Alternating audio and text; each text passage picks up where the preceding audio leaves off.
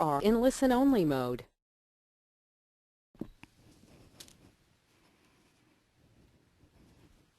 Hello, my name is Brittany Kabinski, and I want to welcome everyone. It is now 1 p.m., so we will begin our presentation shortly. Today on Friday, July 13th, we will have our presentation on Embracing New Urbanism in Your Comprehensive Plan, given by Martin Scribner, Wendy Moeller, and Jaime Groce. For help during today's webcast, please feel free to type your questions in the chat box found in the webinar toolbar to the right of your screen, or call 1-800-263-6317. For content questions, please feel free to type those in the questions box, and we will be able to answer those at the end of the presentation during the question and answer session. Here's a list of the sponsoring chapters, divisions, and universities. I would like to thank all of the participating chapters, divisions, and universities for making these webcasts possible, as well as the New Urbanism Division for sponsoring today's webcast. As you can see, we have quite a few webcasts coming up in the next few months. To register for these upcoming webcasts, please visit www.utah-apa.org/webcast and register for your webcast of choice. We're also offering distance education webcasts to help you get your ethics or law credits. These webcasts are available to view at www.utah-apa.org/webcast-archive. And you can follow the instructions listed on the top of the web page to submit your CM credits. You can also follow us on Twitter at Planning Webcast or like us on Facebook, Planning Webcast Series, to receive up-to-date information on the Planning Webcast Series sponsored by chapters, divisions, and universities. And to log your CM credits for attending today's webcast, please go to www.planning.org/CM and select today's date, which is Friday, July 13th, and then select today's webcast, which is Embracing New Urbanism in Your Comprehensive Plan. This webcast is available for 1.5 CM credits. We're also recording today's webcast, and it will be available along with a PDF of the presentation at www.utah-apa.org/webcast-archive. And at this time, I would like to introduce our speakers for today. Wendy Moeller, AICP, is a principal and owner of Compass Point Planning, a planning and development firm based in Cincinnati, Ohio. She has worked in the planning field since graduating from the University of Cincinnati with a Bachelor of Urban Planning in 1996. Ms. Moeller is a certified planner with the American Institute of Certified Planners and has recently received a certificate of completion in form-based codes from the Form-Based Code Institute. Ms. Moeller has served as a project manager and planner for numerous planning, regulatory, and development projects throughout her career, including, but not limited to, comprehensive and growth management plans, zoning, subdivision and unified development codes, and other land use regulations, form-based regulations, design standards and guidelines, land use plans, redevelopment plans, and demographic, economic, and mapping analysis. Her experience comes from working on projects across the United States with extensive work in the Midwest. Martin Scribner, AICP, is the Director of Planning and Zoning for the Northern Kentucky Area Planning Commission, a regional planning commission that serves 20 communities in Kenton County, Kentucky. He has worked in the planning field since earning his Master of Urban and Regional Planning degree from Ball State University in 2000. Mr. Scribner is a certified planner with the American Institute of Certified Planners, and in addition to his public sector experience, he has also worked as a consultant and a developer throughout the Midwest. He has served as planner and project manager for numerous planning projects, including comprehensive plans, downtown plans, and major zoning updates, some of which included form-based regulations. Mr. Scribner has been very active in the leadership of the American Planning Association's New Urbanism Division, currently serving as its vice chair. Jaime Groce lives and plays in the walkable downtown area of Collierville, Tennessee. As town planner, he oversees the planning and GIS divisions for the town of Collierville. He was the project manager for the downtown Collierville Small Area Plan in July 2010, which was developed through a year-long public process aimed at preserving and enhancing a historic downtown area using new urbanism themes. Before coming to Collierville, Mr. Groce was planning director for Franklin, Tennessee, where he had hands-on experience with form-based codes, integrating new urbanism future into land use policy, and several successful TNDs, infill in historic overlays, and greenfield mixed-use projects. Prior to joining Franklin's planning department, he served as city planner for Fayetteville, Tennessee. He holds a bachelor's degree in political science, a master's in business administration, and is a member of the American Institute of Certified Planners. So let's welcome Martin and Wendy, who will be our first presenters. Thanks, Brittany. This is Martin, and for some time now, many planners have struggled to demonstrate to the public how development that embraces new urbanist principles can benefit a community and dispel some of the myths that surround some of the basic principles of this type of development. Some of the things we'll be talking about today are how many communities are rethinking their long-term development policies that may once have embraced low-density suburban development to incorporate more new urbanism principles. So first off, for those who are less familiar with the term, we're going to try and give you an idea of what new urbanism is, and in some cases what it's not. Next, why is this topic of discussion right now? Why are people interested, both developers and home buyers and communities at large? What hurdles have communities encountered trying to get these types of ideas implemented in their areas? And then we'll discuss new urbanism and how it fits into the comprehensive plan, why it's important to shape your community's vision with these ideals in mind. Next, what type of tools currently exist for implementation of new urbanist ideas. And finally, we'll take a look at the town of Collierville, Tennessee, and explore some of the ways that they've been able to embrace new urbanism and implement the ideas included in their comprehensive plan. So we have attendees today that are at all different levels of knowledge. So we'll start by just asking the question, what is new urbanism? There are no real simple answers to the question, but there are definitely some common themes. Hopefully, if you're a New Urbanism Division member, you already have a decent idea. If you've been on the Division's website, you've seen our charter, which says that New Urbanism is based on traditional town planning practices, promotes a sense of community, sensitive to cultural, environmental, and historic resources. That's a little generic, to be honest, but it encompasses the whole feel-good aspect of New Urbanism, and it reminds us that it's not just about development. It's about the way we live our lives and how development can either add or detract from our quality of life in a very tangible way. There are various advocacy and education groups tied to New Urbanism, such as APA's New Urbanism Division, the Congress for the New Urbanism, and just as a sideline, I've always liked how they call it the New Urbanism, and the Form-Based Codes Institute. And these groups differ a bit on approach, but I think we all pretty much agree on some key points. But the key principles really harken back to more traditional communities that clearly valued characteristics like being able to walk from where you live to where you work or shop with connections that made it easy to do so and made the chances of running into a neighbor or a friend along the way pretty good.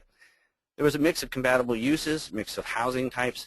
There was less concentration on separation of uses, which led to a diversity that you don't really see in many communities these days.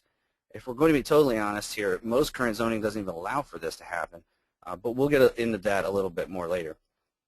People built buildings and roadways that contributed to the character of the community instead of detracting from it, and access to public transit was a given. In the end, these principles all point to greater quality of life for the residents of that community. So let's try a quick quiz. Take a minute to look over the three lists that are on the screen right now. I'll give you just a second to kind of read those.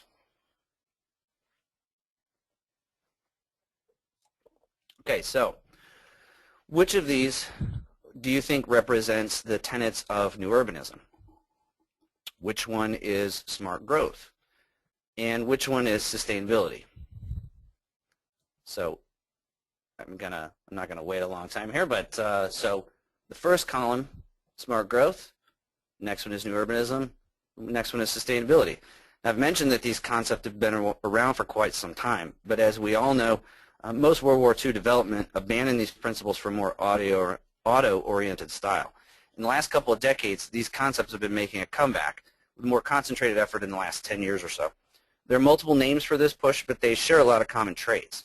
So I'm sure we've heard all these names before, but we'll go over them real quick and their shared ideals. Just keep in mind that these principles include a lot more than what's on the screen, but we're just going to go over the main ideas today. APA has really favored the term smart growth, which commonly focuses on cutting down on urban sprawl, how to use our resources efficiently, and in creating an overall sense of place. New Urbanism also focuses on this sense of place and the quality of life issues, really concentrating on walkability, traditional neighborhoods, and less concentration on separation of uses.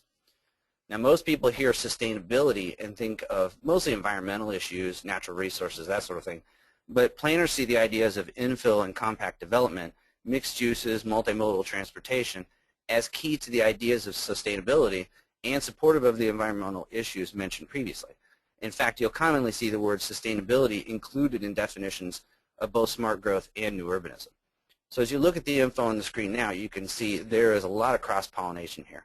To me, that says that these ideas are definitely gaining some momentum.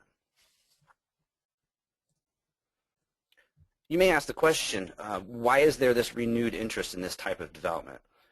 Really, the idea of our older traditional neighborhoods never died. It was just put on the back burner as people migrated toward the American dream that led to much of our current development policy. With the recent decline in the economy and major increases in gas prices, there's been some shift in thought. More communities are considering new options for infill development and redevelopment rather than just spreading out into the greenfields. At this point, many communities are also realizing that as their development has slowed with the economy, they now have time to step back and punt to really decide what's important to their residents and businesses and take some very real steps towards implementing those shared desires. Another aspect is that we're living longer, and our population, baby boomers and empty nesters largely, is looking for alternatives to the white picket fence and the large yard. So let's face it, not everyone has a teenager to mow their yard like I do. Simultaneously, more and more younger people are looking for urban living options because of the diversity, the convenience, and the lack of need for car ownership. While there's obviously still a market for the traditional suburban subdivision lifestyle, communities are not always happy with the results. While straight zoning and the rise of the PUD has provided a few housing options with some open space or maybe some conservation of trees or blue line streams, often the character of these developments doesn't meet the vision of the community overall. Take a look at this graphic from APA's recent survey regarding perceptions and priorities of planning. Now remember, when I say recent, I'm talking March of this year. Over 1,300 people across the country took part in this survey. The results show that across the country, when asked to think about their ideal community and identify features that are important to them, 6 features jumped out as the highest priority. So amongst sidewalks, transit options, neighborhood parks, and locally owned businesses, other items that many people listed as high priority included a mix of housing options, being able to walk to schools and jobs, and unique character and culture. Sound familiar? Considering the items listed and the percentage of respondents that agreed, this clearly supports the trends we're discussing. If you haven't seen the full report, I recommend you check it out on APA's website. So if everyone wants new urbanist communities, why don't we have them popping up everywhere? Well, we still have some pretty major hurdles to deal with. These are not necessarily exclusive to new urbanism, but they do have a pretty big impact on the attitudes toward new urbanist principles in many communities. First, if you're in the Midwest, at least outside of Chicago, like me, you know that density is consistently viewed as a bad word, even after you explain the benefits.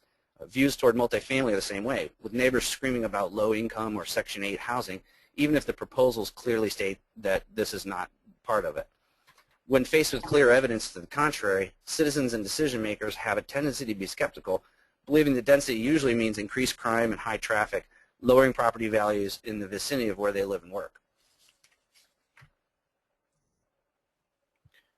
And these hurdles have plagued planners for decades. This is nothing new, but there are some newer trends that have reared their heads in recent years across the country.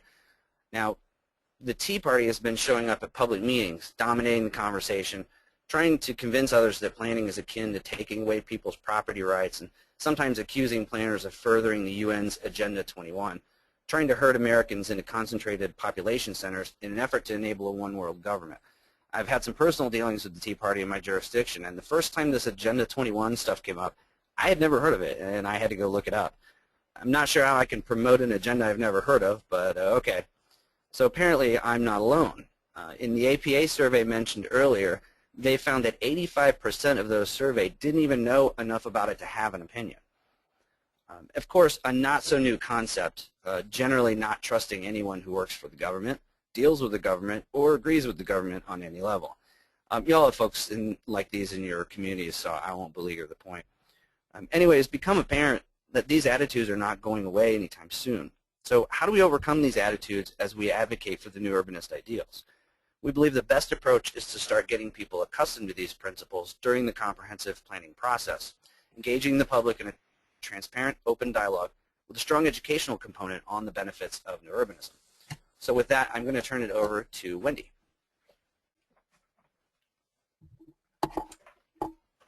Thank you, Martin. So one of the reasons, kind kind of the three of us all started talking about this topic is that all of us in one way or another have dealt with the communities that we're trying to deal with, the changing demographics, changing concerns and priorities, as well as the changing economy. For the most part, we see a lot of these issues with the small and mid-sized communities, particularly, as Martin mentioned, in the Midwest, that have just been status quo for so long that they don't know how to consider any type of change beyond what they've done in the past 10 to 20 years. How many of us out there have worked with a community that had staunch supporters of that idea of development should be at 2 units per acre, single-family homes only, public transit was unheard of, and the big boxes were all the rage. Well, now a lot of those communities are dealing with an aging population who needs different services or different housing options. You've got foreclosures on large numbers of single-family homes, and many of the big boxes have gone vacant because they've moved on, or they, have just gone out of business. And so we started talking about how, some communities are starting to change and embrace some of these ideas and the methodology by which they're going about it. So, that got us talking about the process of the comprehensive plan. But as far as new urbanism goes, up until now, a lot of talk regarding new urbanism has focused around zoning and the built developments that we see all across the United States. Some of these do come with general guidance in their plans, but we feel it's important that the plan is really the phenomenal opportunity we have to not only build support, but also to build the excitement and interest in these various options for development, including new urbanist principles. Our community plans are where we build that consensus, and theoretically, if we have buy-in at that plan level, the implementation, whether it's zoning, capital improvements, or other tools, should be a relatively smoother process. We always like to say that if we got the plan, if the plan's been adopted, it should be no problem making those changes. The plan is out there, it does everything we're taught, it sets those goals, it sets the vision, and it sets the implementation.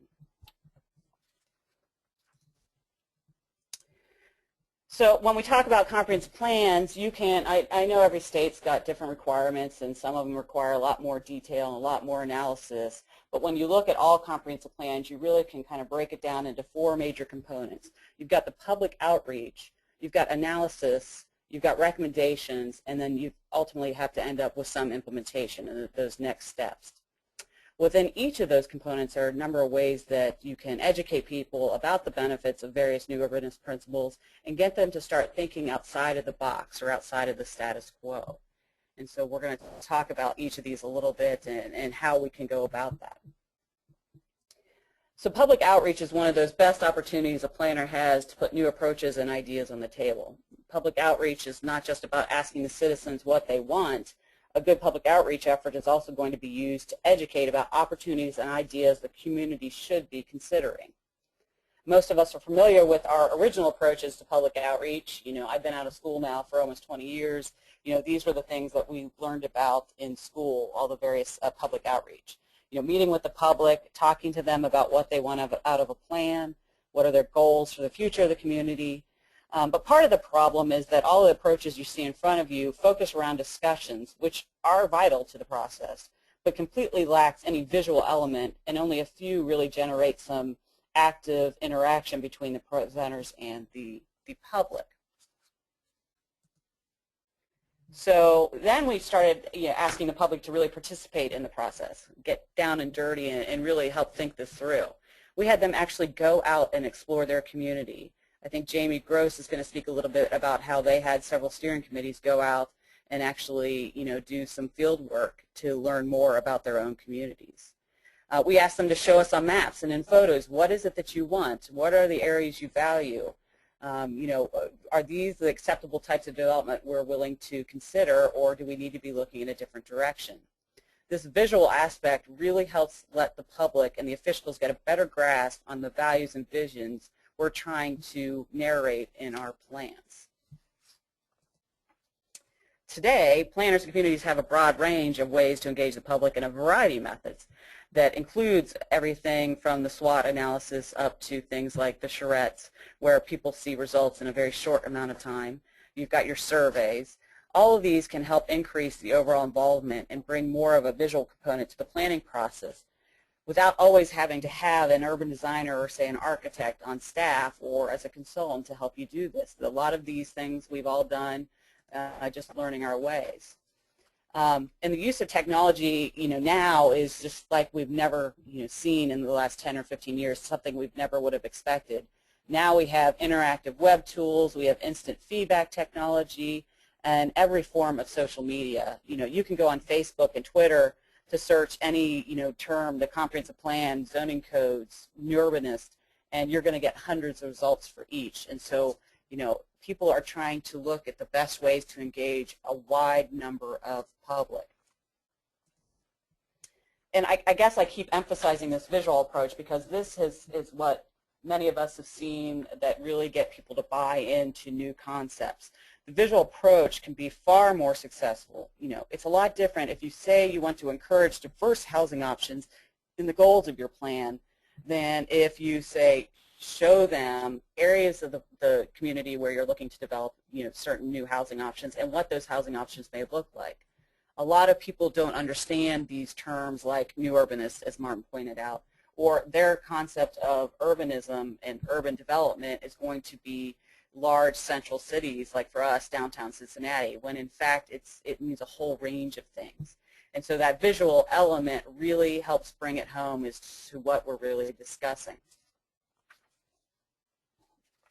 The next component that we want to talk about is the analysis. Everyone knows that it's very important that we have to have all the necessary information so that we can have something to base our decisions on when considering our options. We encourage you that you don't focus on just your local trends. You need to look at regional, state, and national trends, each of which may be having their own local impact on you. Another thing is to always think out of the box. Again, most communities now have GIS or something similar and data that allows them to do a lot of analyses of information that's far more valuable than just simply showing how the overall population has changed since 1960 until now. We can look at the various aspects of our population, such as age, family, and household size. We all know that our household sizes are declining in part because of an aging population that don't have large households. The cohort chart on the right was one that actually Martin provided for us that shows the aging of our population on a national level. I find the most interesting part of this is the bar graphs at the bottom that shows an increasing proportion of older adults, something that we all know has an impact on the housing and service choices that we need to be offering and considering as public planners. Another example, and many of you may have seen this already, but some communities are really starting to look beyond their property tax rates, but to look at the actual tax yield per acre based on the specific land use. And this is really particularly helpful in communities where you have a lot of your tax revenue generated by property taxes. One of the best examples I've ever seen is from Peter Katz, who, while with Sarasota County, Florida, prepared a study of the tax yield by land use. They showed that the revenue generated by 1 acre of urban mixed use far outpaced the most suburban style developments. In fact, it would take almost 20 to 35 acres of suburban commercial development to equal the tax revenue of 1 acre of urban mixed-use development. And so you can see this is actually out of the APA magazine that you can go back and reference, but it's a fascinating evaluation analysis that can really kind of push the point that we need to be thinking if we're really trying to encourage tax revenues, we need to think at what we're promoting as land uses and those things that promote the tax revenues. So it's not really always important that you need to reinvent the wheel. There are a lot of organizations and communities that have undertaken previous analyses that can be helpful to any community out there that's evaluating their comprehensive plan. We tried to list here a couple, or just a small sampling of some useful sites that you may want to refer to, offering a lot of information on things like open space, complete streets. The Congress of New Urbanism has a host of research and papers that can offer a lot of information and background for you that you are welcome to use. And in fact, I think Jaime will be speaking a little bit about the London Squares and how they use that information as a resource in their process. I'm going to skip past this, but don't worry. My understanding is Brittany and the group is going to be posting this after after the webinar, so you'll be able to download this later on. So now we need to talk about the recommendations, and this is getting into, okay, what are we saying that we want to do with our plans? It's very important to keep in mind that the intent of this presentation is not to say that you have to do new urbanism and that's the only way to go. We're saying that a community has the options to choose a variety of development, a variety of forms that may include new urbanists, it may not. It really depends on the individual community. As part of the process, it is important to understand that many communities value their older traditional developments while simultaneously valuing their more auto-oriented developments. There's nothing wrong with that, and it's just important that, again, you work with your community to try and identify those areas that they value and why they value them, and then define the tools that you need to protect that or to change that if necessary based on those reactions, and not worry that if you're not strictly sticking with the tenets of new urbanism that you're doing something wrong. One of the things that we as planners always are looking for and always looking at is land use, and obviously most of our plans have to have some form of land use recommendations. When considering your land use element, you need to consider whether the use of land is the primary issue or whether it's a combination of the form and character of development in addition to the land use. Many communities are moving away from our once common land use categories that you see over here with the color coordination to a more form-based or character-based recommendations, in part just based on my experience alone. When you're talking to people about multifamily, if they can't see it, they often go to their worst case example that they've ever seen, whereas if you can show them examples of what might be acceptable attached housing in the community, they may say, oh, well, that would be great near our downtown, or that would be great as a redevelopment process. And so, again, drawing back to that, you may find that if you give some more direction in the form and character of the development, it's less about the land uses. And in this case, it's really going to help show what the community might look like that 10, 15, 20-year planning horizon.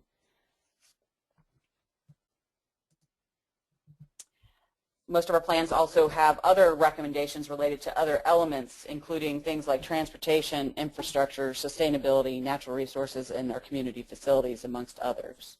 The plan is the perfect place for a community to truly take a stance about certain policies that may have, in the past, hindered certain types of traditional developments.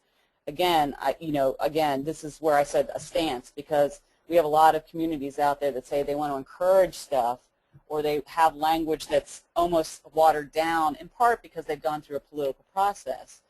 But, if you really want to make a change, this is the ideal place to do it.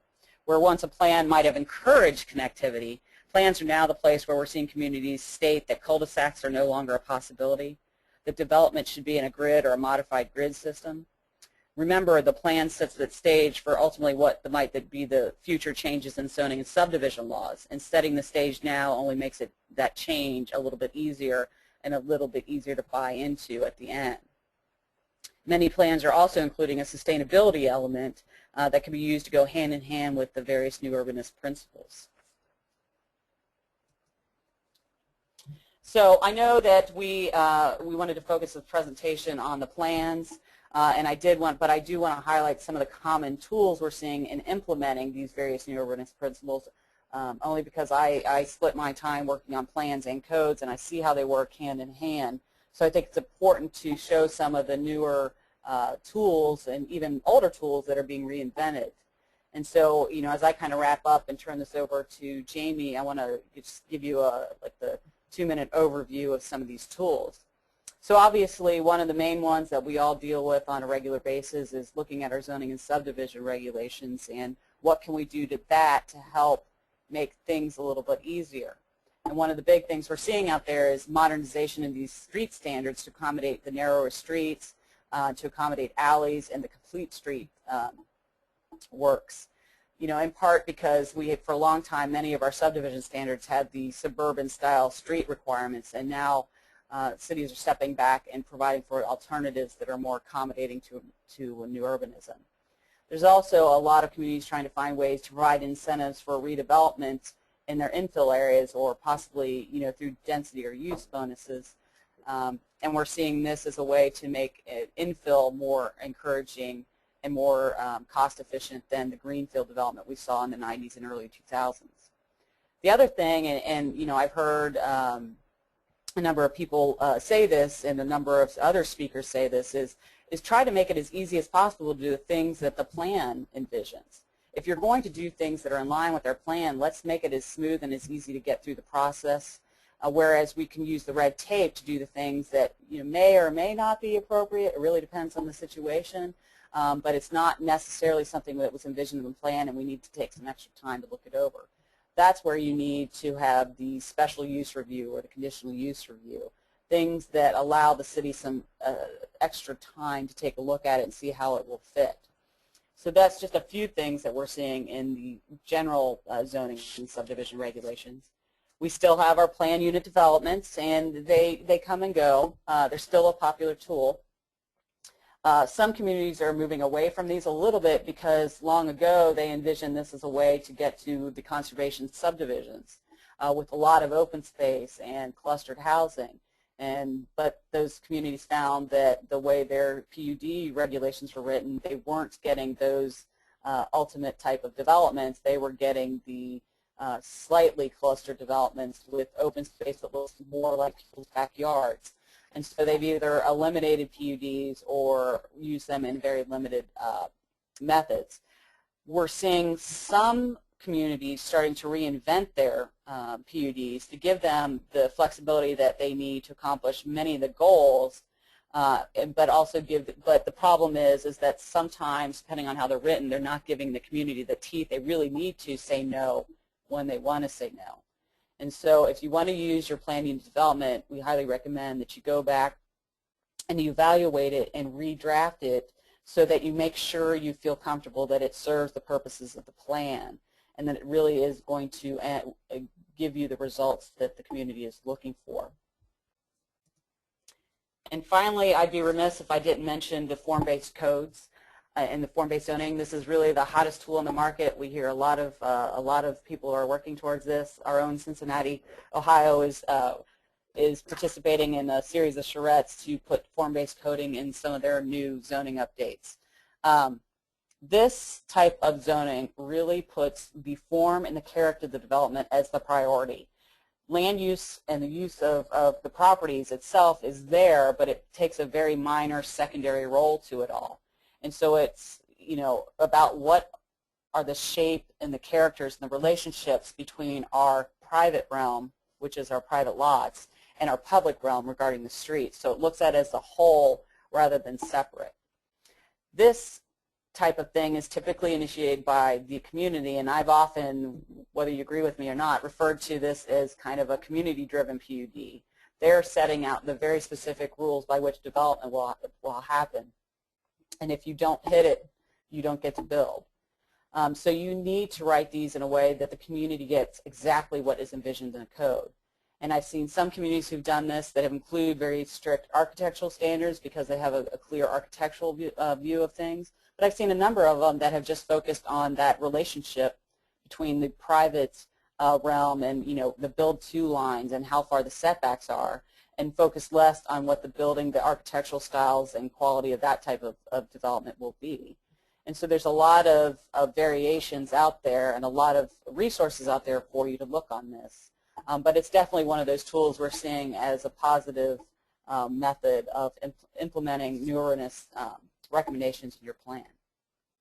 So with that, I'd like to turn it over to Jaime Groce out of Collierville, who can bring to light some of their experiences with new urbanism and their planning efforts. Give me just a second to change it to Jaime here.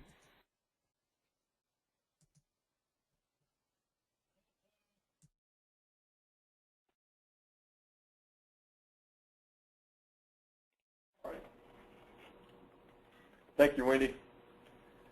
I thought I'd tell you a little bit about Collierville, Tennessee, and how we've been able to incorporate some of the concepts that Martin and Wendy taught you about. We're definitely not a community that's ready for new urbanism across the town. We're a suburban community right outside of Memphis, Tennessee, about 45,000 people. A lot of growth over the past 2 decades, so grown exponentially. And our community has a really strong identity in that we are a suburban or suburb of Memphis, but we have our own identity and have a tradition of planning for ourselves. But we had some great opportunities to drop in some new urbanist ideas over the past few years.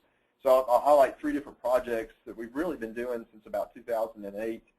And that's right about the time that the economy slowed down. So our planners locally, we found our roles changing from reacting to development applications to having a breather to have a chance to look to the future and really try to influence what the next few waves of growth might be like.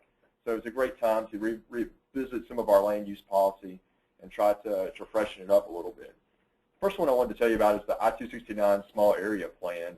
We worked on that from about 2008 to 2009. And in essence, that plan came because the I-269 or the I-69 corridor that's really intended to run from Mexico to Canada. It's coming through our region, and the I-269 runs around the Memphis region as a bypass loop.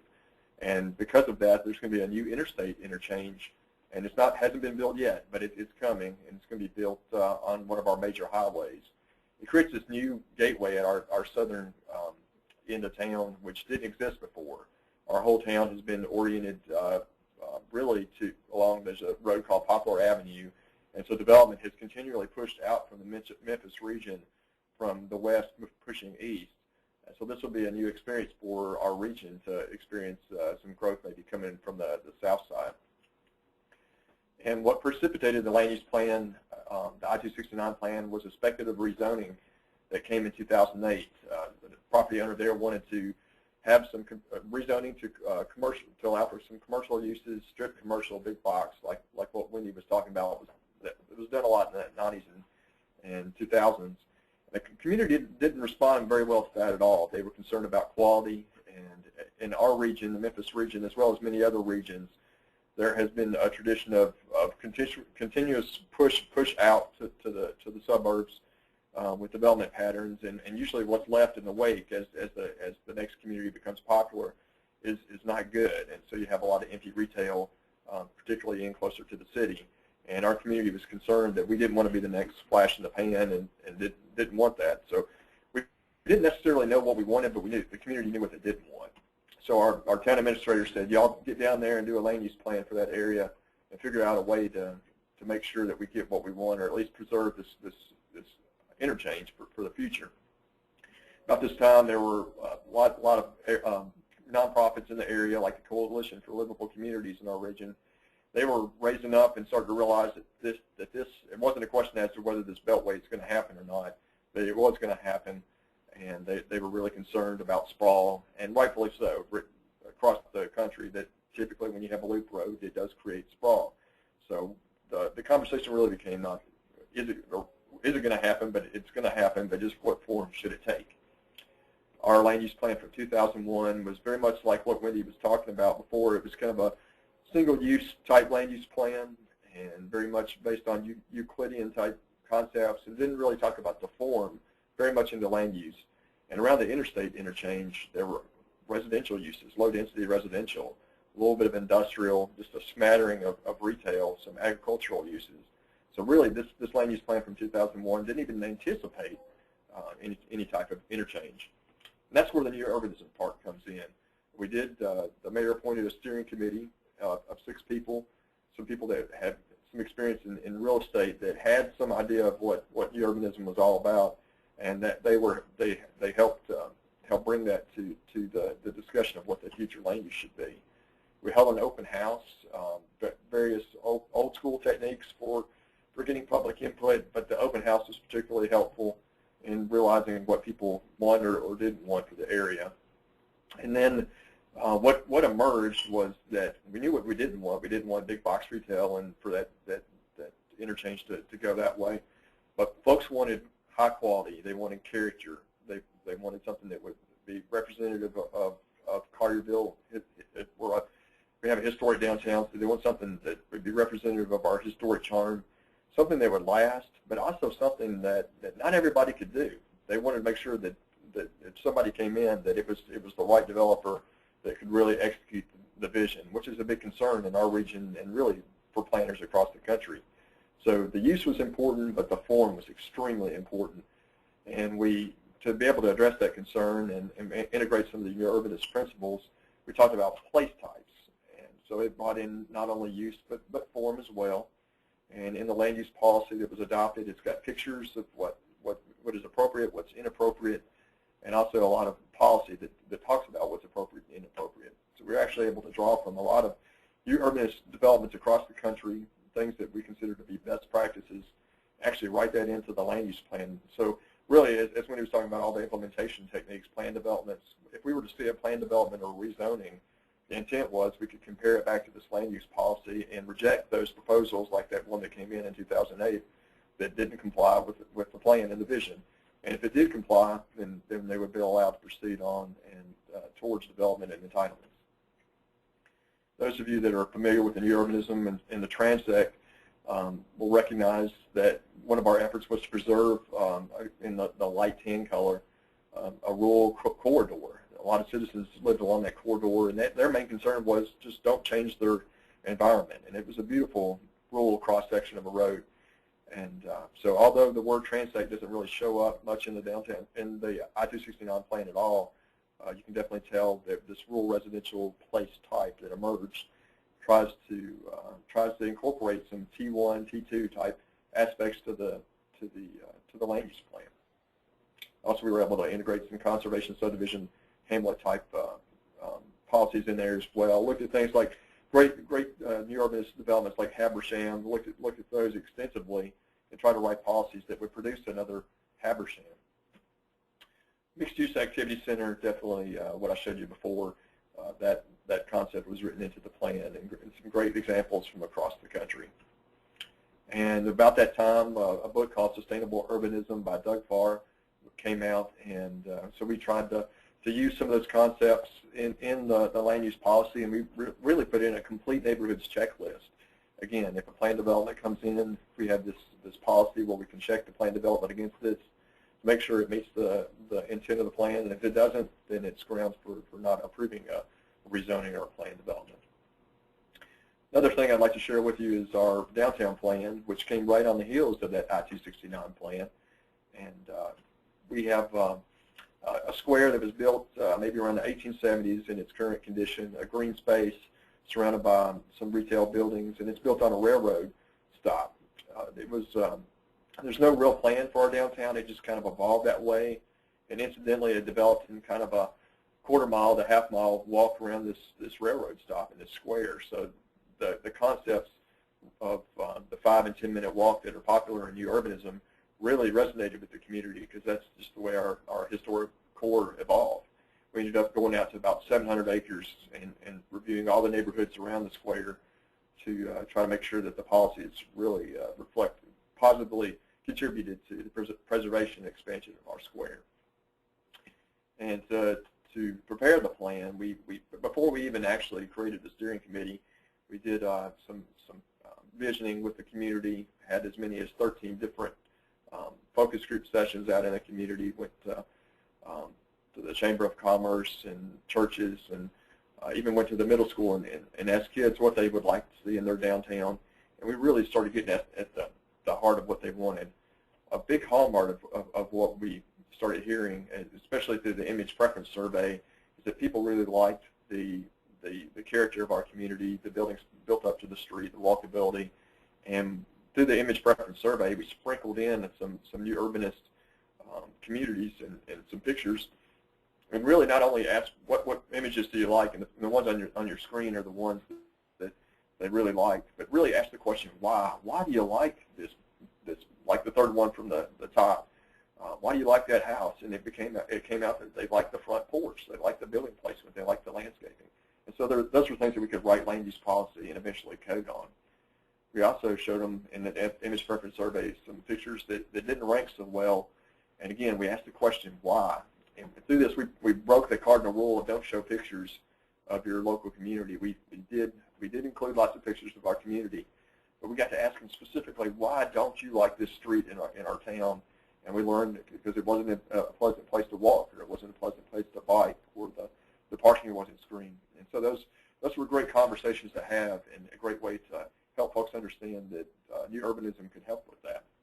The steering committee was pretty diverse and had a lot of folks on it, but it had some designers and developers that had done this before. This was not a new concept to them. New urbanism wasn't.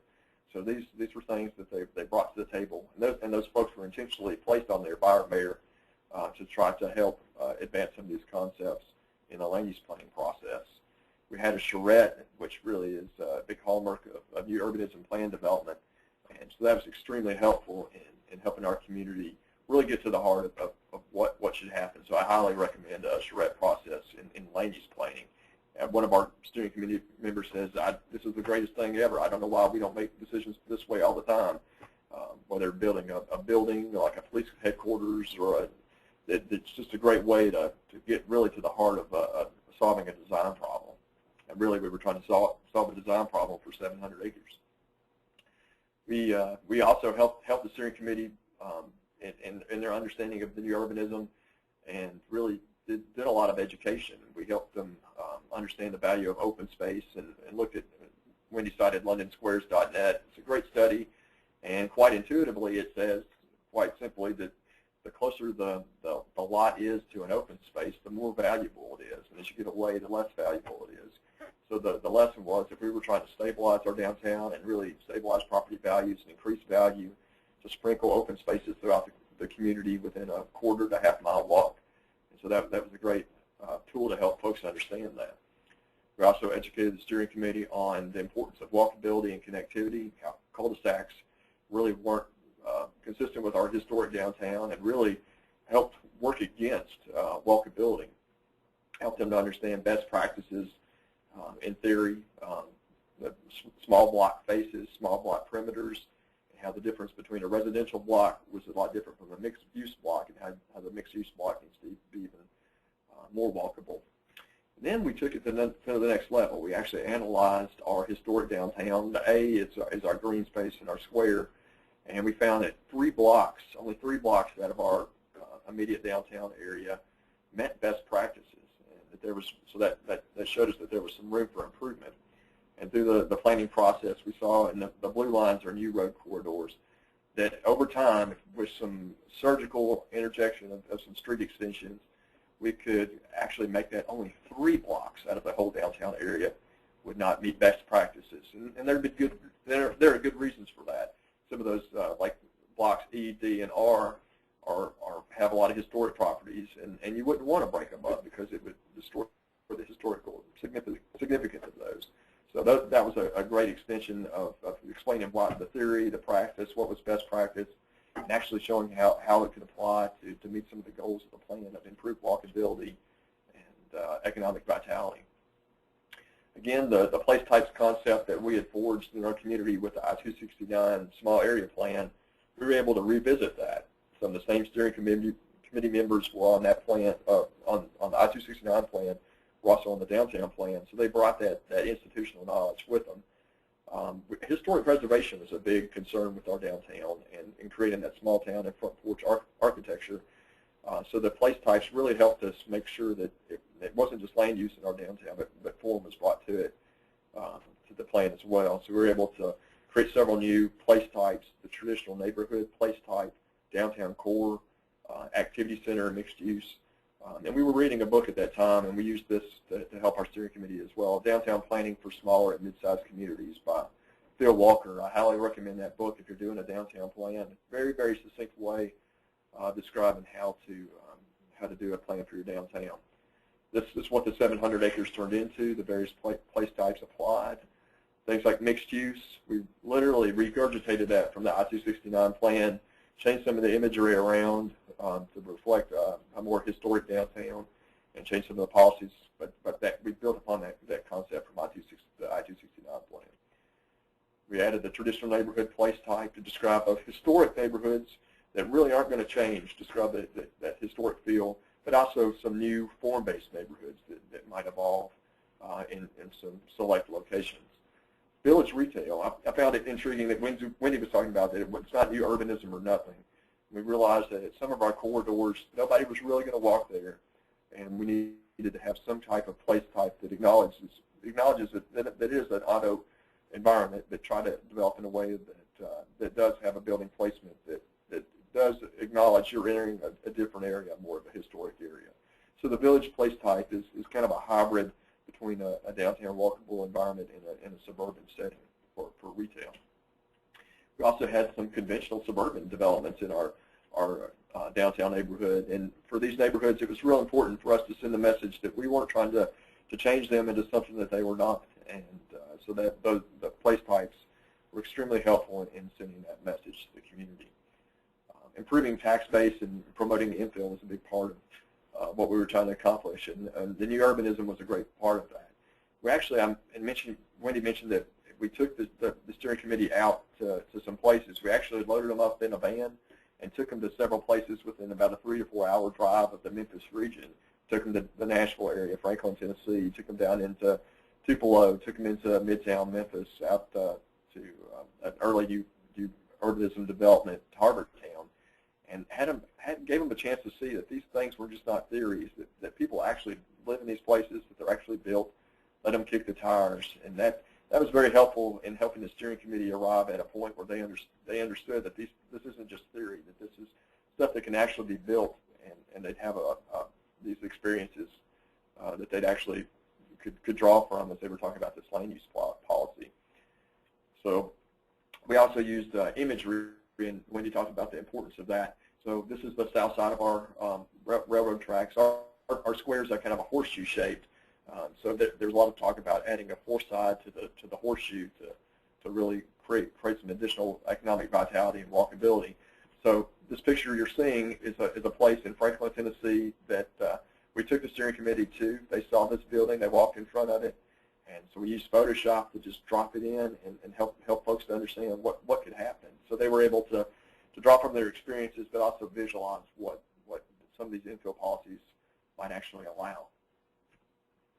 Same way, our square is just beyond the horizon here, right underneath that water tower, and we help folks to understand that by dropping in some improved cross sections, adding sidewalks, making it more bikeable, having some build-to lines, and really addressing the street a lot better than some of our development patterns had in the past, that we could promote policies that would allow for this type of development, and really it could help out stabilize our square long term.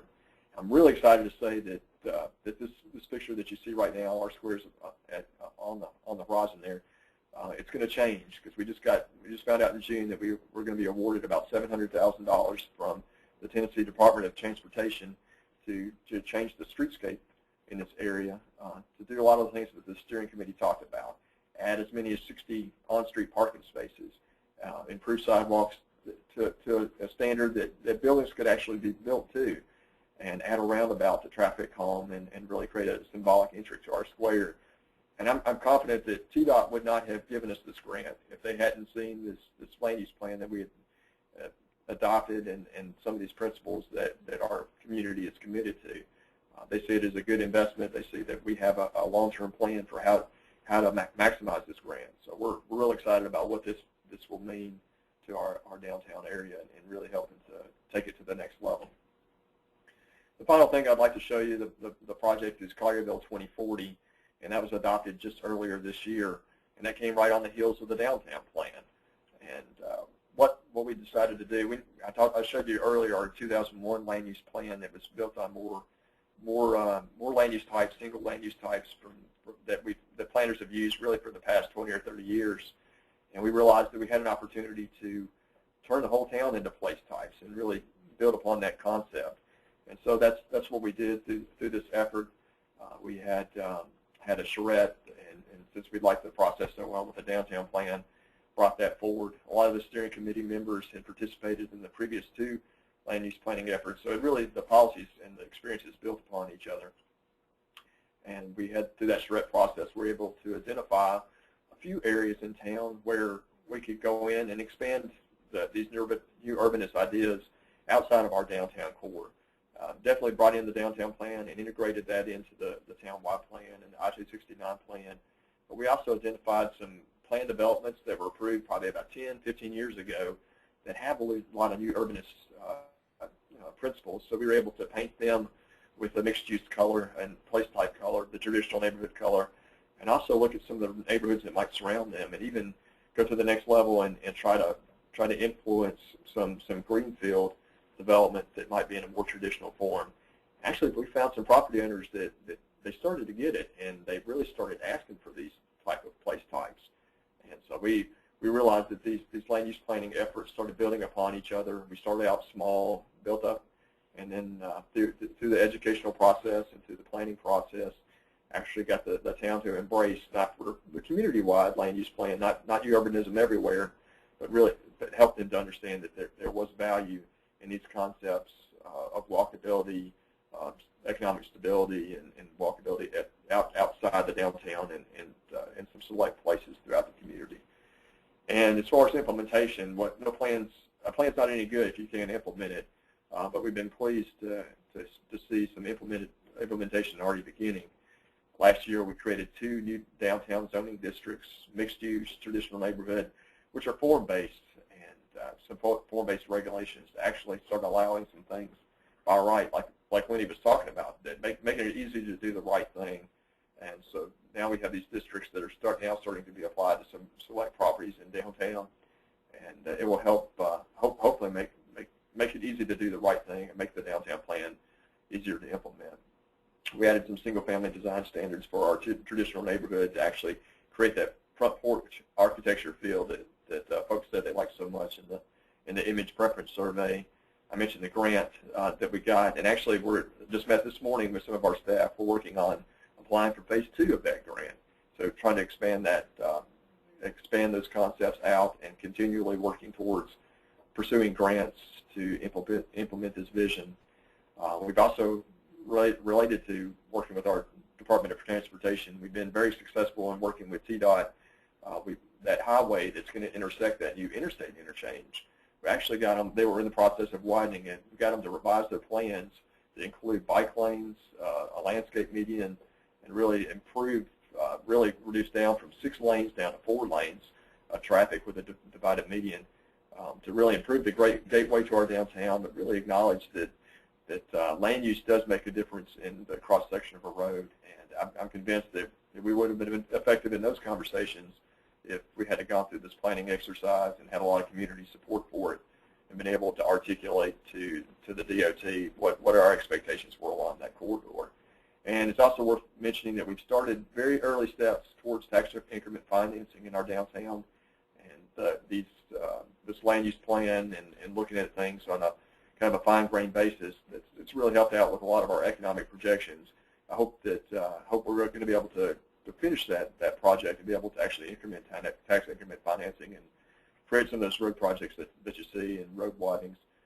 But that's a big part of implementation there. But the process was very helpful in helping to make sure that those projections were very much based on the reality.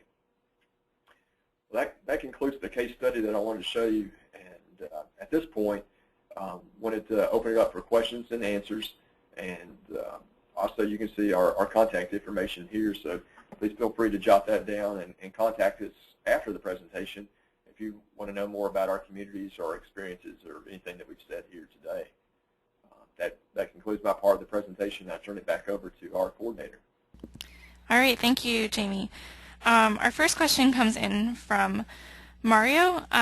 Could we talk about the use bonus a little bit more? What are the specifics of this incentive? What's the full question? What are the specifics of the use bonus incentive? Well, that really probably comes down to more, I phrase that when it really comes down to more of probably an intensity type of thing. So they might allow a little bit more intense commercial in the infill areas rather than what you might see in the green fields in hopes of attracting, whether it be infill development and redevelopment rather than trying to just have them say, well, it's going to be easier to go out to the green fields. Okay, great. Our next question comes in from Richard. Oftentimes, new urbanism seems to lack sufficient green or vegetated open space, excluding hardscape, to serve the general public and welfare. Is there a minimum open space standard for new urbanism developments? He's heard response as most open space saved is the farmland preserved around the perimeter of the development, and however, open space should be provided internally to serve residents within the new urbanism developments.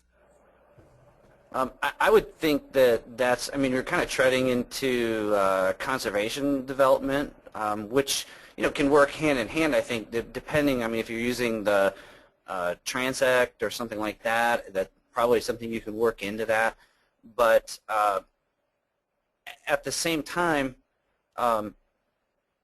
what you're really getting into is the, I guess, the idea of really trying to more incentivize the density portion of it, which hopefully will encourage that open space preservation, if that makes any sense. Sure. Martin, I've got something to add to that as well.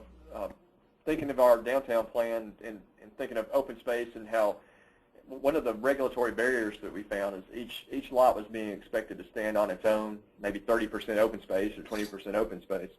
But with some of the infill concepts that we were talking about, if 30% open space or adding a big vegetative ditch or something or on-site detention, it would be devastating to some of the pictures that I showed you. And really, that's where we started thinking about the tax increment financing district and just infrastructure downtown, thinking of it more of a more regionally and maybe communities in some areas, maybe on-site detention or this open space would be appropriate, but in some areas, I would encourage communities to meet these green standards that the person asking the question had asked about, to think about maybe regional detention or regional green spaces in parks, and particularly where you're trying to encourage infill development. Do a fees in lieu of detention requirement, fees in lieu of parkland, and build them somewhere in the region, but just be cognizant that we can slap too much on one particular piece of property and they can't do it all, and it might actually work against some of your hopes of being able to accomplish development. Well, and I'll just offer up, I think the interesting part of that question was about the natural, the green, and the vegetative aspect of it, because, a lot of times, depending on how dense the area is, a lot of times the focus is on open space, that the so-called usable open space, and so you start talking about plazas and more improved open spaces, and you don't really talk about the green space and the vegetation. And I think Jamie's right. You look at that at several other levels, but I think every development, it's kind of hard to come up with a specific standard because every development's a little different. In Franklin, where Jamie and I work together, you've got a West Haven development, which is a Dwayne Plater-Zyberg design development that was kind of almost a combination of a conservation development and a traditional neighborhood development, because everything, all of the area was a couple hundred acres, I believe, Jamie, that was conserved in open space around the development, and then all of the development was concentrated into a T&D state. And so you had a little bit of both, but that's not necessarily what you might find in an infill new urbanist thing. And so it really depends on the specific area where you're talking about the development and the specific goals, as well as what is available in the surrounding areas. Okay. Our next question comes in from Richard again. How do I respond to someone criticizing new urbanism as perceived as a rigid grid-type development that is insensitive to preserving non-linear or curvilinear shaped wetlands, tributaries, drainage channels, steep slopes, and forests? Everybody's rushing to the Well, I might jump in, since Wendy, you just mentioned West Haven, and it's folks might want to check it out. West Haven, it's in Franklin, Tennessee. Check it out on Earth. But over 50% open space. They do have a gridded system, but this property had a lot of constraints. It had hilltops, slopes over 15, 20%. had floodplain, some stream corridors, but there are they tried to work within within constraints of the property, and it's walkable. But they have some large blocks, especially as you get near the hills. But it's not all. It doesn't have to be always about just a rigid grid. A modified grid works very well for that neighborhood, and I think they're supposed to have like 2,500 houses built out, maybe 1,500 acres, and you can see pretty quickly that there's some outdoor rooms that are created, and they've really tried to work with the natural features. I think overall, as you start getting into, I mean, we're kind of, the focus is supposed to be really on where the new urbanism comes into your comp plan. Obviously, that ends up being, hopefully, if it's successful, it ends up being implemented in your zoning and whatever other implementation tools you have available. I think that this idea of the rigidity of the code itself, the design and things like that, I think it's less about that sort of grid pattern, more about, I mean, if it's written well, it should actually be a little bit more flexible than really contemporary zoning, the Euclidean zoning, because you're really giving them some options that would not normally be available to them when it gets into, now you start talking about building design and stuff like that, and you can either be as flexible or as rigid as you want to be. And I think there are so many different just sort of grades to the whole thing, or levels of how specific do you want to be? Do you want to regulate the color of people's blinds? Or do you want to pretty much just say, hey, this is the character standard in general, and it has to be compatible. How vague and generic do you want to be with your language, or how specific do you want to be? And I think it gets into that as well as you start talking about form-based code and how you're really categorizing or classifying your streets and the patterns that those streets make, and what happens with those streets as far as things like transparency standards and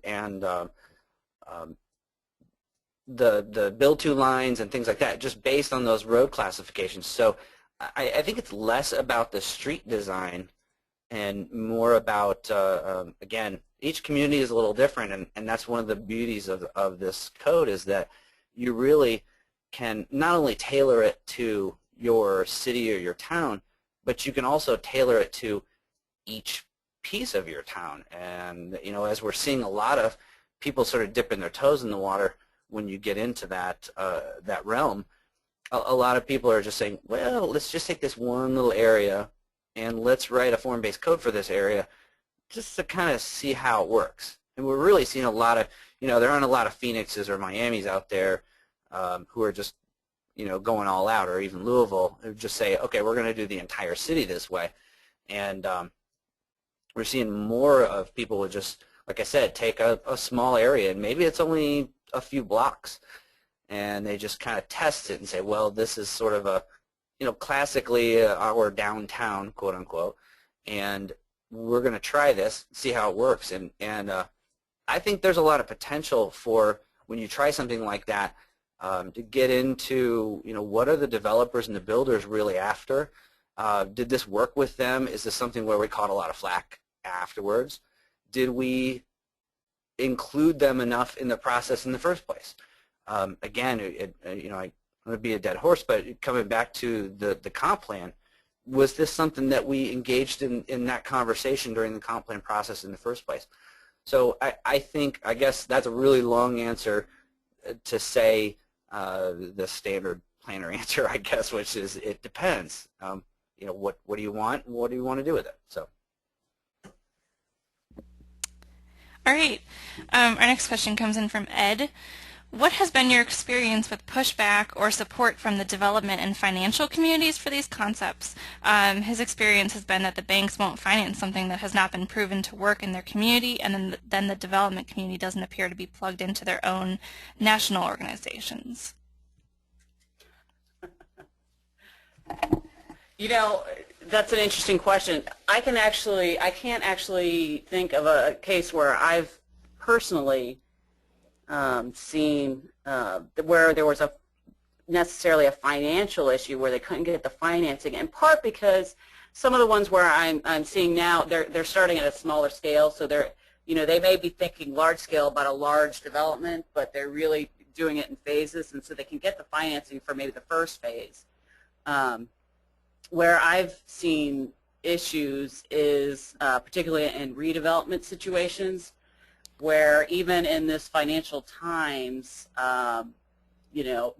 there's always that one last landowner who doesn't want to sell, or there's some other hiccup that has postponed the ability to start the project long enough that the developers have had to walk away because they need to, invest their interest and their time somewhere else.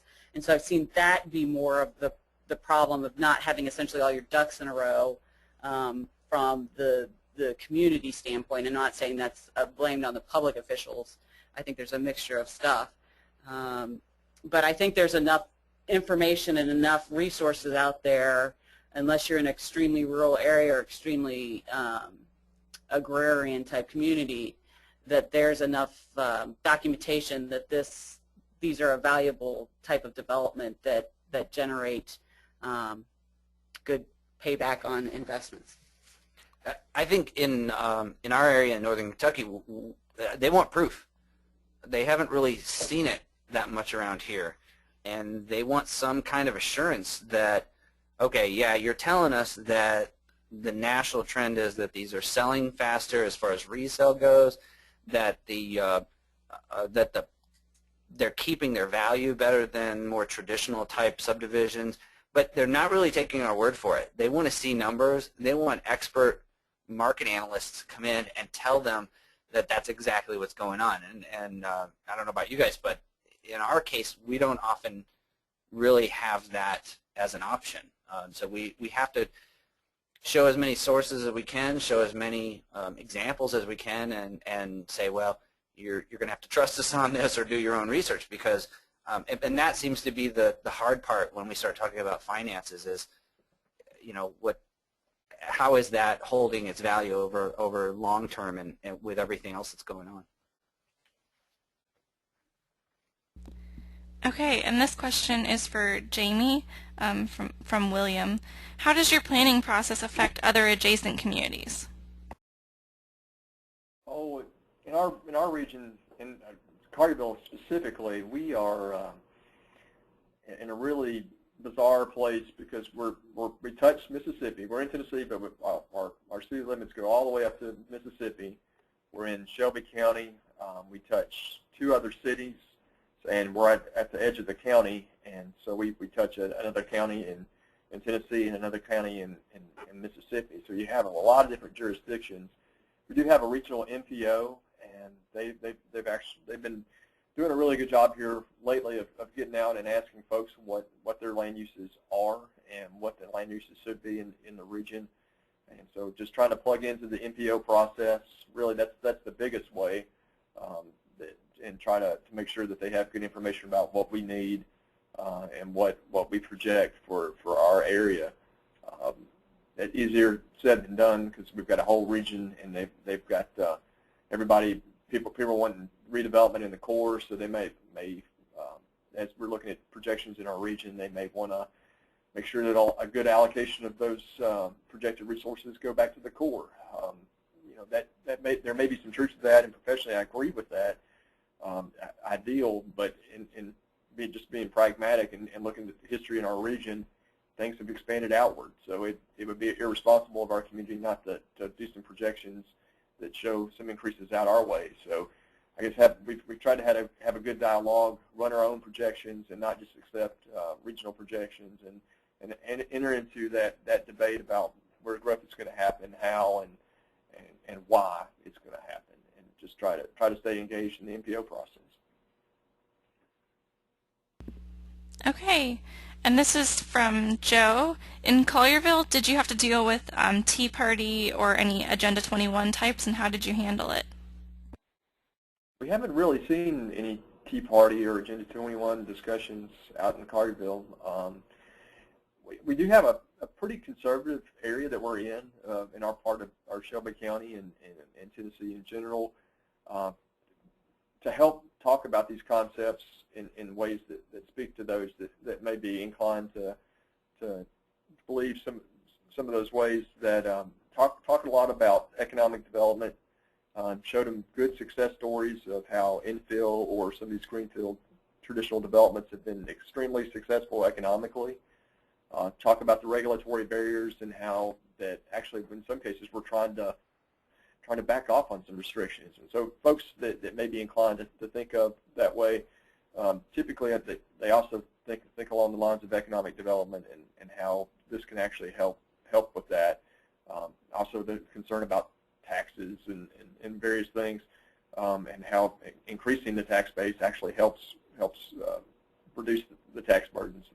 Those have been helpful conversations for us to have, but have not had a lot of discussions about the Tea Party movement or Agenda 21 out in Collierville. Okay, and this question is from Ed. Have you ever integrated the green streets concept into new urbanism?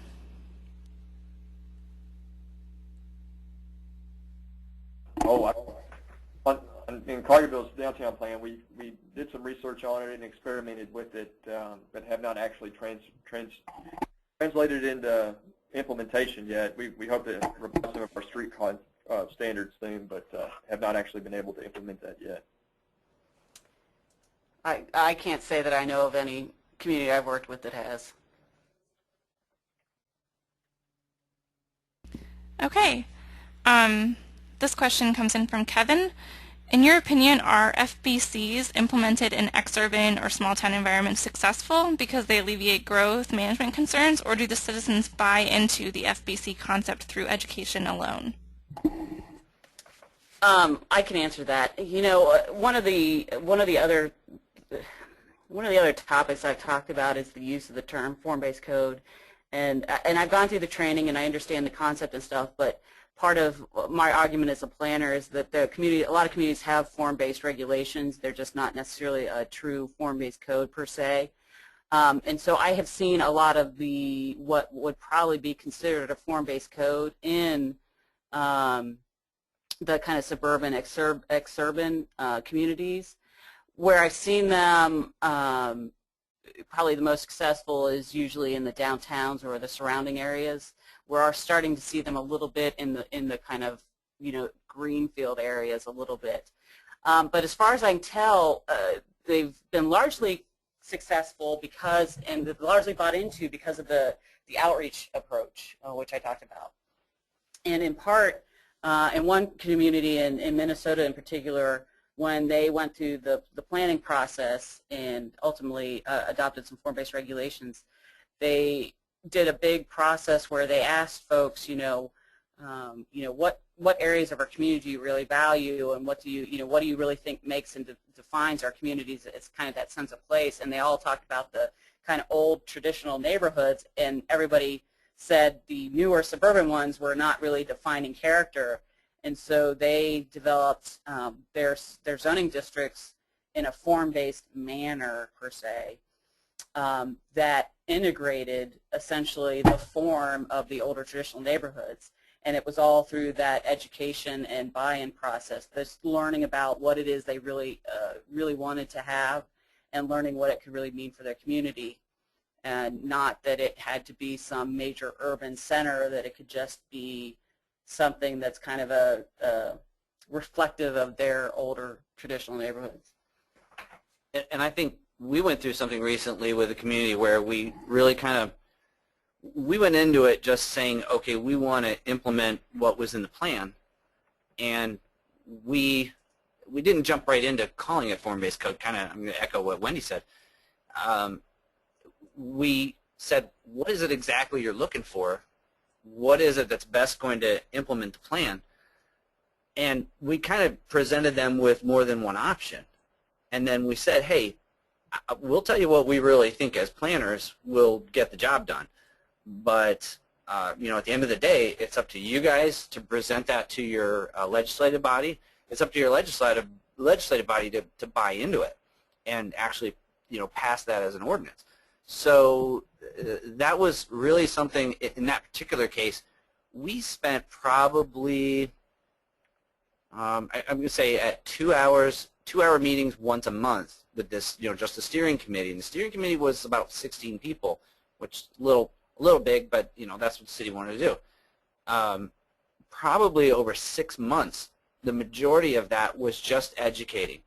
And as we came back with some recommendations, they understood it at that point, and they said, okay, yeah, I understand where that is. And of course, we kind of started a little more strict and then scaled it back from there. Once again, the public outreach was really key in that whole thing. And I will admit that that's still going through the approval process, and not everybody's real happy with it. So I think it just kind of, it all comes down to that. Where are you starting with it? How much education are you putting into it? Are you educating just your committee, or are you educating the public at large? Who's being affected, and who are your I pause to use the word the general troublemakers, but you always know there's somebody there that's nearby that's going to be upset regardless of what you present. You're always going to have those people who just say, if it ain't broke, don't fix it. And so you've got to be careful about really kind of using some of those terms, and I think that's really the key there. We have several communities using quote-unquote design guidelines, and really as you start to think about that, what are we really talking about? Is this something that could be accomplished with a form-based code? Probably, but it really, what they have already as part of their ordinance really kind of screams form-based code without really stating it that straightforward. So I'll piggyback on what Martin was talking about, how sometimes we have to ask the question, are we educating just our steering committee or the community at large? As we've tried to roll out some of our implementation tools with our downtown plan, we have noticed the terminology, especially when it comes to the place types, it may sound good, the pictures, the visualization, there can be a lot of buy-in at that stage, but actually when we start executing it and implementing it, if we use too blunt of a tool or too wide of a net in allowing these districts that allow a wide variety, we might get some pushback. And so we've had to realize that, like our traditional neighborhood concept, we've had to split it into a couple of different concepts to have a finer grain. Like people were concerned about historic preservation versus infill, and we had to make a clear distinction between a historic neighborhood that we weren't trying to and allowing appropriate contextual infill. And so we just had to keep our ears open and be willing to constantly calibrate to be able to implement these concepts in our land use plan. Okay. This question comes in from Scott. It's for Jaime. As you know, our population is getting older, and baby boomers aside, we could all stand to spend more time hiking and biking.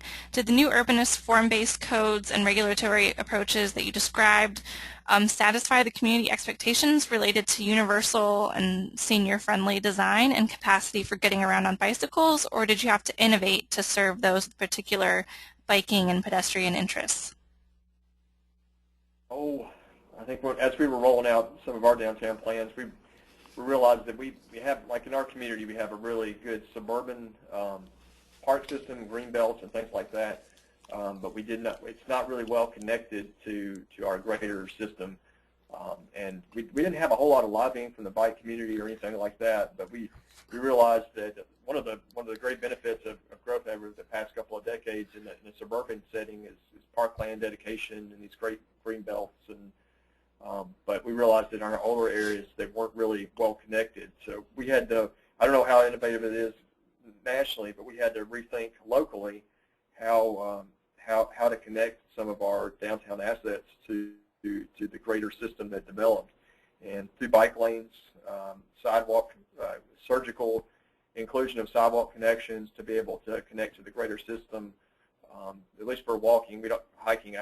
There's not a hill really in Shelby County, maybe at all. So there's a lot of walking, a lot of biking that is possible, and so we had to figure out ways to do it particularly along those road connections I talked about. And that enhancement grant we just got from TDOT, we're going to specifically include bike lanes and some sidewalk connections to try to plug into that greater system. So we had to kind of rethink how we thought of connecting to the greater system, and that our streets really are connections to green belts and open spaces, and expanding upon that.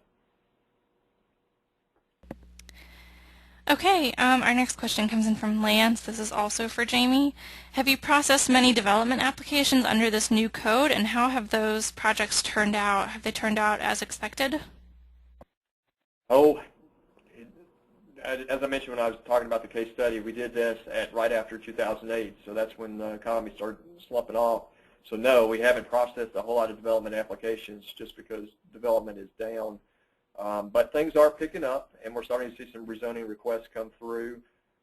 People are starting to reorient their plans. So I think as we draw down on some of our housing lots that are in inventory, as demand starts to pick up in our region, I think we'll start to see some infill pressure, and people will come in with some ideas. We've even had a couple of developers that have had planned developments approved that have said, I think I might try to do away with my planned development and try to go towards these new concepts. That actually these new zoning districts provide better tools for them than maybe even their planned developments. So we may see people retooling some of their previous applications to try to align with some of these concepts that are coming out. I wish I had more to share with you on that, so maybe we can check in a couple of years and we'll have a few more good success stories behind us.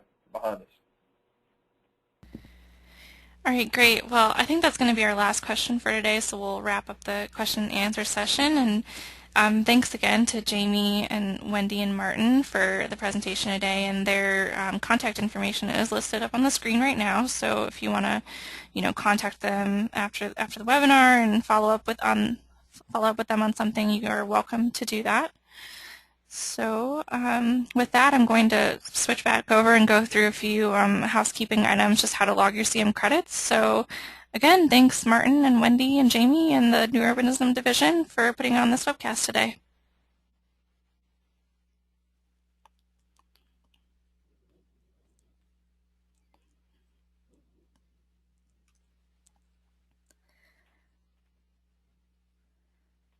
Okay, well, for the attendees who are still with us, to log your CM credits for attending today's webcast, please go to www.planning.org/CM and select today's date, which is Friday, July 13th. And then select today's webcast, which is Embracing New Urbanism in Your Comprehensive Plan. And this webcast is available for 1.5 CM credits. It's actually pending right now. We're expecting it to get approved within, I would guess, in the next week or two. So just look for that. And so also we are, switch this slide, we are recording today's webcast, so you will be able to find a recording of the session along with a PDF of the presentation at www.utah-apa.org/webcast-archive. And so with that, this concludes today's session. I want to thank everyone again for attending.